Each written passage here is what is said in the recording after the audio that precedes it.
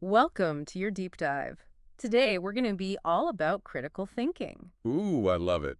You brought this really cool resource, a whole YouTube audiobook on critical thinking. Yeah, So we're going to kind of unpack like what are the key insights and what does it all mean? absolutely. You ready to flex those brain muscles? I am always. Okay, well the audiobook, like right off the bat, it says critical thinking is a skill, not something you're just like born with. Right. It's a mental muscle you can strengthen.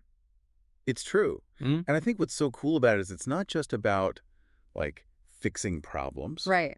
It's also about unlocking possibilities. Yeah, they use this analogy like your mind is unexplored territory, I like that. full of treasures, pitfalls. The Yeah. key to navigating all this is self-awareness. Yeah, self-awareness, like having a map of your mind, Right. understanding why you think the way you do. And I think that's essential for critical thinking. Totally. It's about recognizing your thought patterns, your biases, Mm. how your experiences shape how you view the world. They mention mindfulness and journaling as techniques. Yeah? Have you ever tried those? I have. I think both mindfulness and journaling can be really valuable. I find journaling really helpful for me, just to like untangle those thought patterns. Absolutely. Mindfulness helps you be more present, more aware of your thoughts. Right. And journaling allows you to reflect on those experiences, Mm. identify those recurring patterns in your thinking. Totally. And from there, it dives into logical reasoning, like drawing conclusions based on evidence. Yeah, logical reasoning is like a cornerstone of critical thinking. Right. Using reason and evidence to come to valid conclusions. They even give this example with cats and mammals to illustrate deductive reasoning. Yeah. They say all cats are mammals. Fluffy is a cat. Therefore, Fluffy is a mammal. Right, for Fluffy is a mammal. Well- Easy to follow, but how often do we use that in real life? That's a great question. Think about a detective solving a case. Mm. They gather evidence, eliminate possibilities, and they use deductive reasoning to pinpoint, the culprit. Right. Or even in everyday life, when you're troubleshooting a problem with your computer, you're eliminating potential causes based on evidence. So it's happening, we're just not necessarily aware of it. Right, exactly. Cool. Okay, so evidence. The book really pushes like basing your conclusions on facts, not just like gut feelings. That is absolutely crucial. Which sometimes is harder than it sounds. It is. Especially, in this age of information overload. Yeah. It's so easy to get swept away by misinformation or, emotionally charged arguments. Right. Critical thinking requires us to, be really discerning, evaluate the credibility of sources, and base our conclusions on solid evidence. But, how do we even know which sources are reliable these days? Right. Because it seems like everyone's got an agenda. Exactly. That is such a good question. Honestly, we could probably do a whole other deep dive on that. We probably could. But maybe, like, a good starting point is to look for sources that are transparent about their methods, cite their sources, generally well respected. Right. That's a great start. Mm. And always a good idea to, check multiple sources, get different perspectives. Compare, contrast. Exactly. Okay. This part was mind-blowing. Cognitive biases. Oh, yeah. Fascinating, aren't they? So the audiobook says these are like mental shortcuts our brains use Yeah. that can actually lead us to the wrong conclusions. They're like these unconscious patterns of thinking Right. that can distort our perceptions, lead to, systematic errors. So important to be aware of them. Okay, so they talk about confirmation bias, which is our tendency to only look for stuff that confirms what we already believe. Oh, yeah. Confirmation bias is a classic. Right, we're just building, like, echo chambers. Absolutely. And then there's the anchoring effect, where, like, the first piece of information we get, we give it way too much weight. And the anchoring effect, that can really make us vulnerable to manipulation. Right. Especially in things like negotiations.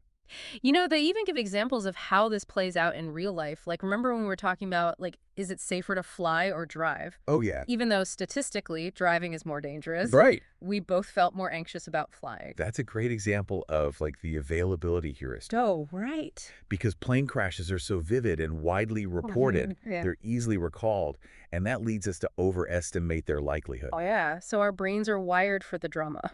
They are.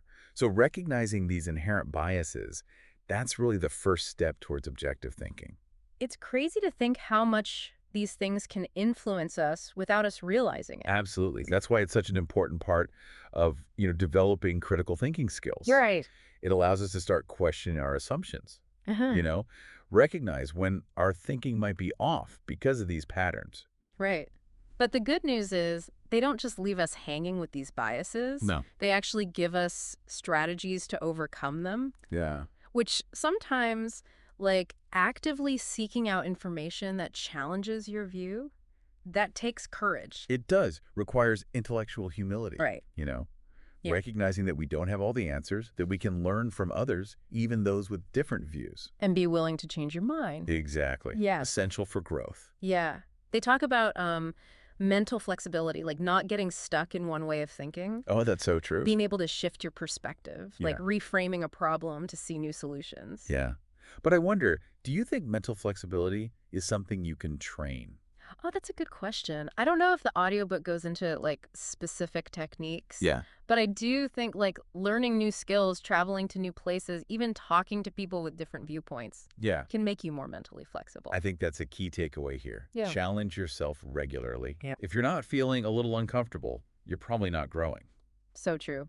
And speaking of challenges, that's where the audiobook gets like really practical. They walk through this whole process for problem solving. Yeah, it really highlights the iterative nature of problem solving. They treat it like untangling this giant knot. It's not a one-time thing, it's a process of evaluation and adjustment. Right.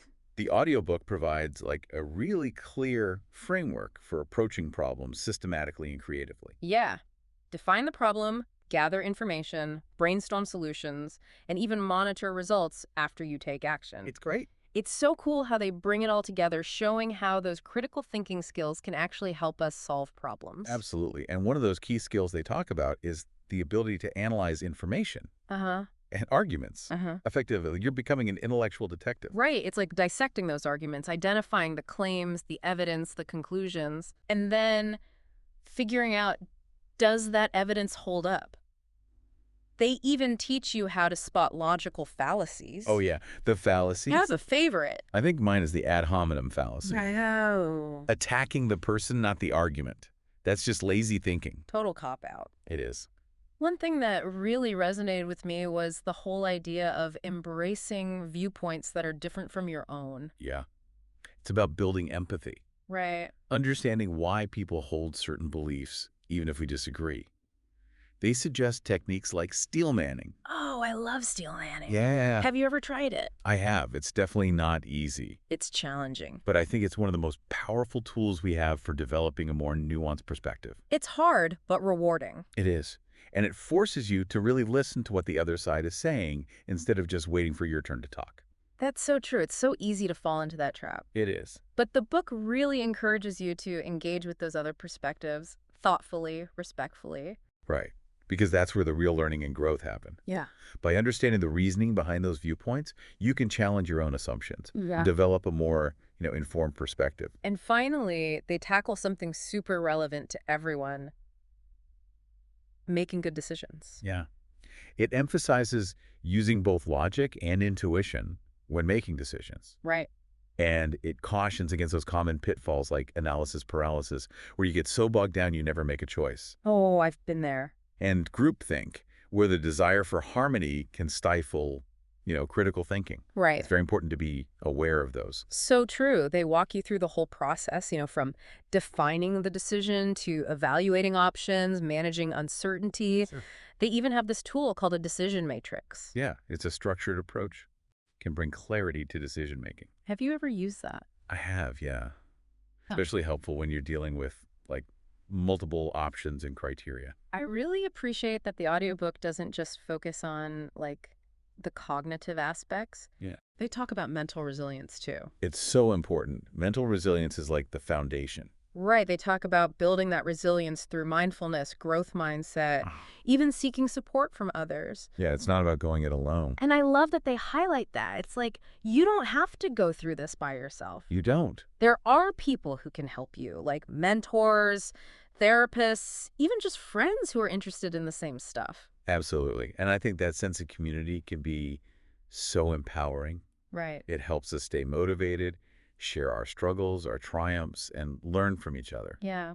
And that's what this deep dive is about, right? It is. Creating a space to explore these ideas together. It's about recognizing that we're all works in progress, constantly learning, evolving, striving. And that's really exciting. It To is. think that we have this power to shape our own thinking, to be more discerning, more compassionate, more effective. Yeah, and you know what's really empowering about it? Yeah. It's not just about, like, our personal growth. Huh. It's about making a positive impact on the world. That's a great point. Yeah, So when we think critically, we're less likely to get swayed by misinformation, manipulation. absolutely. We're better at making decisions, advocating for what we believe in, and contributing to like a more just and equitable society. Right. It's about using those powers for good. Exactly. It empowers us to become active and engaged citizens, challenge the status quo, work towards a better future. Wow. Leaving the world a better place than we found it. Yes. That's a really inspiring thought. Okay, as we wrap up this part, I want to leave you with a challenge. What if you picked one thing you're passionate about? Oh, I like this. Could be a social issue, a creative project, a personal goal, and use these tools to make a real difference. It's about taking all that knowledge and putting it into action, thinking critically, acting courageously. Because the world needs more critical thinkers. It People who are willing to question, analyze, act with intention and purpose. become agents of change. And remember, this journey is ongoing. It is. There's always more to learn, more to explore, more to refine. But the more we practice, the more it becomes second nature. That's true. Helps us navigate all this complexity. With greater clarity, confidence, and compassion. Well said. Ready to dive even deeper. I am. In this next part, we're going to explore how this plays out in real-life situations. Yeah, Like work, relationships, everything in between. sounds good. One thing that really struck me from this audiobook is like how interconnected all these different aspects of critical thinking are. Yeah, it's not just a bunch of separate skills. It's like this whole system. Totally, yeah. Like they're all pieces of a puzzle Right. that fit together to make this, big picture of what it means to be a critical thinker. And that's where I think this whole mental resilience thing really comes in because Sure. it can be challenging, like confronting your biases, being open to changing your mind. It can be uncomfortable. Yeah, it's uncomfortable to admit you're wrong. Right, yeah, exactly. Challenging your beliefs. But that's where that resilience helps you keep going. That's where it comes in. It gives you that strength, Yeah. that perseverance to keep going when it gets tough. It's like building those mental muscles. It is, yeah. The more you And- practice, the stronger you get. And the audiobook actually gives you some pretty practical strategies for building that resilience. Yeah. Like mindfulness, growth mindset, even seeking support from others. Right. You don't have to do it alone. I love how they highlight that. It's like you're not in this by yourself. You're not. There are people out there, mentors, therapists, even friends who are interested in the same stuff. Absolutely. And I think, like, that community, it can be so empowering. Totally. Helps you stay motivated. You can share your struggles, your successes, learn from each other. It's like you're all in this together. Yeah, and that's what this deep dive is all about, right? Yeah. Creating that space where we can, like, explore these ideas together, support each other. It's about recognizing we're all works in progress, always learning, evolving. And that's a really exciting thought. And it is. To think that we actually have that power to shape our own thinking, to be more discerning, more compassionate, more effective in the world. You know what's really empowering about it? It's not just about, like, personal growth. It's about making a positive impact. Oh, that's such a good point. Yeah. When we think critically, Yeah.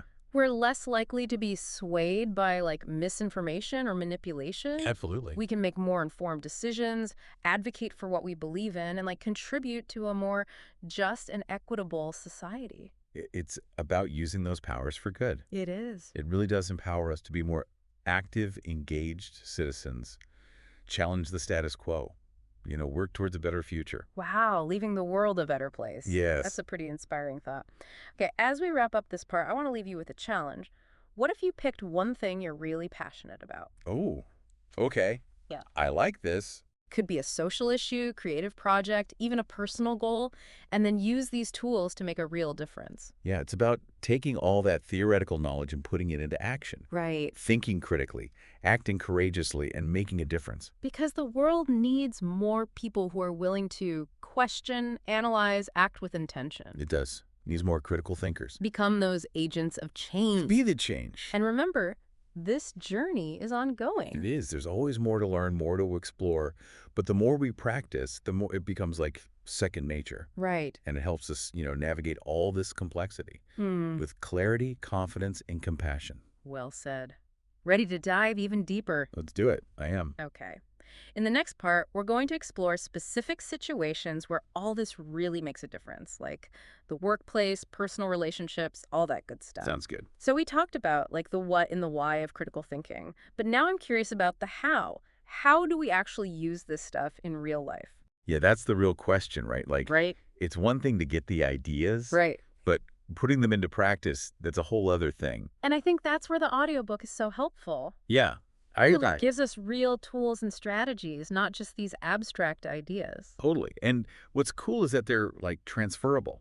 Right. It's not just for one specific thing. Exactly. It's for your career, your relationships, even just how you process information every day. Okay, so imagine you're at work Uh, and you've got this tough decision. uh-huh. Lots of factors, everyone's got a different opinion. Right. Happens all the time. How would you use your critical thinking skills there? Well, first thing I do is define the decision. Like, what are you actually trying to decide? Right. What are the goals? Right. What could happen? What are the risks and benefits of each choice? It's like setting the stage before the play even starts. Exactly. You got to have that context. Mm-hmm. Then you can start gathering information, evaluating the options. That's where that logical reasoning comes in, right? That's where it comes in, evidence-based thinking. But you also got to watch out for those biases we talked about. Oh, yeah. Always lurking. They can really mess things up. Yeah. You got to actively look for different perspectives. Challenge yourself. Exactly. That's where steel manning can help. Try to understand the other side's argument. Yeah, even argue for it. It's a great way to test how strong your own beliefs really are. It really makes you think. It does. And even if you don't agree, at least you can see where they're coming from. Like walking in their shoes. Exactly. And that's so important for communication and collaboration, whether it's work, relationships, or just having a good conversation. You got to understand where they're coming from. You do. So, speaking of relationships, how do you think critical thinking plays into those? Well, I think it helps us communicate better. When we're thinking critically, we tend to express ourselves more clearly, respectfully. Right. We listen more attentively, try to understand the other person's viewpoint. It's like going deeper than just the surface level. It is, yeah. You got to understand the thoughts, the feelings, the motivations behind it all. And I think that can lead to more empathy, more compassion. Yeah, it's not about being right or winning. No, it's not a competition. It's about finding common ground. Exactly. Working together. And sometimes knowing when to walk away. Oh, that's important too. A critical thinker can recognize when a relationship isn't healthy They can. and set boundaries. Yes. So it's not just about making good decisions or solving problems. It's about protecting yourself too. Right. Creating a life that aligns with your values, your goals. Exactly. And that's really what this whole critical thinking thing is about. What do you mean? It's about living a more fulfilling life, Eh. a more meaningful life, being true to yourself. And when you do that, it kind of ripples outward. Yeah, I think so. To your relationships, your community, even the world. It's like that saying, be the change you want to see. That's it. And critical thinking, that's how we create positive change. So, as we wrap up this whole deep dive, Okay. I want to leave you with one last thought. I'm listening. Remember, critical thinking, it's a journey. It never ends. You keep learning, you keep refining. Stay curious. Exactly. Stay open-minded and never stop questioning the world around you. And don't forget, you don't have to do it alone. There are people out there to help you. Find those resources, those communities, those people. Yeah, learn from them. Share what you learn. Because together, we can create a world where this isn't just a skill, it's a way of life. A world where we face challenges with curiosity and open minds. Where evidence matters more than just opinions. And where we're always trying to learn and grow. Now that's a world worth fighting for. It is. It's been amazing exploring all this with you. I can't wait to see what you do with these critical thinking powers. Likewise. It's been a joy. Keep those minds sharp and those hearts open. Until next time, keep diving deep.